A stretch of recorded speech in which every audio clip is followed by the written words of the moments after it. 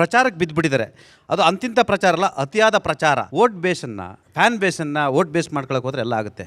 ಅತಿಯಾದ ಪ್ರಚಾರ ಅನ್ನೋದು ಯಾವ ಮಟ್ಟಕ್ಕೆ ಆಯ್ತು, 11 ಜನರಿಗೆ ಸಾವಿಗೆ ಕಾರಣ ಆಯಿತು. ಇಡೀ ಸರ್ಕಾರ ಅವತ್ತಿನ ದಿನ ಸಂಪೂರ್ಣವಾಗಿ ವಿಫಲವಾಗಿತ್ತು. ಸರ್ಕಾರ ಇದೆಯಾ ಅಂತೇಳಿ ಈ ರಾಜ್ಯದ ಜನಸಾಮಾನ್ಯರು ಕೇಳಿದ್ರು, ರಾಜಕೀಯ ಪಕ್ಷಗಳಲ್ಲ, ಜನಸಾಮಾನ್ಯರು ಕೇಳ್ತಾರೆ ಸರ್ಕಾರ ಇದೆಯಾ ಅಂತೇಳಿ. ರಘು ದೊಡ್ಡೇರವರೇ, ಸರ್ಕಾರ ಇದೆಯಾ? ನೀವು ಕಾಂಗ್ರೆಸ್ ನಾಯಕನಾಗಿ ಹೇಳ್ಬಿಡಿ, ಪ್ರಾಮಾಣಿಕ ಒಬ್ಬ ನಮ್ಮಂಥ ಸಾರ್ವಜನಿಕರಾಗಿ ಸಾಮಾನ್ಯ ವ್ಯಕ್ತಿಯಾಗಿ ಈ ರಾಜ್ಯದಲ್ಲಿ ಸರ್ಕಾರ ಇದೆಯಾ? ಅದನ್ನು ಪ್ರಾಮಾಣಿಕವಾಗಿ ಮಾತಾಡೋ ವಿಚಾರ ಅಲ್ಲ, ನಾನು ಪಕ್ಷದ ಕಾರ್ಯಕರ್ತನಾಗೆ ಪ್ರಾಮಾಣಿಕವಾಗಿ ಮಾತಾಡ್ತೇನೆ.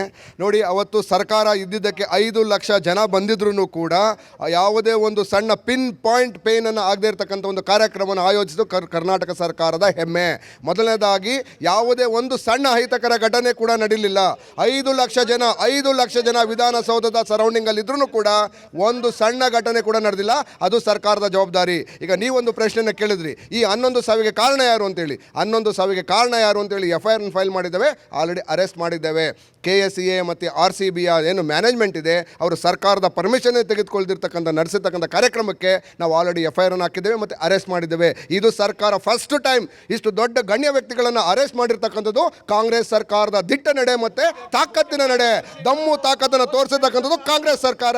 ಆ ತಾಕತ್ತನ್ನು BJP ಸರ್ಕಾರದ ಅವಧಿಯಲ್ಲಿ ತೋರ್ಸೋಕ್ಕಾಗಿಲ್ಲ, ಆ ತಾಕತ್ತನ್ನು ತೋರಿಸಿದ್ದೇವೆ ನಾವು. ಇದು ಸರ್ಕಾರ ಇದೆ ಅನ್ನೋದಕ್ಕೆ ಸಾಕ್ಷಿ.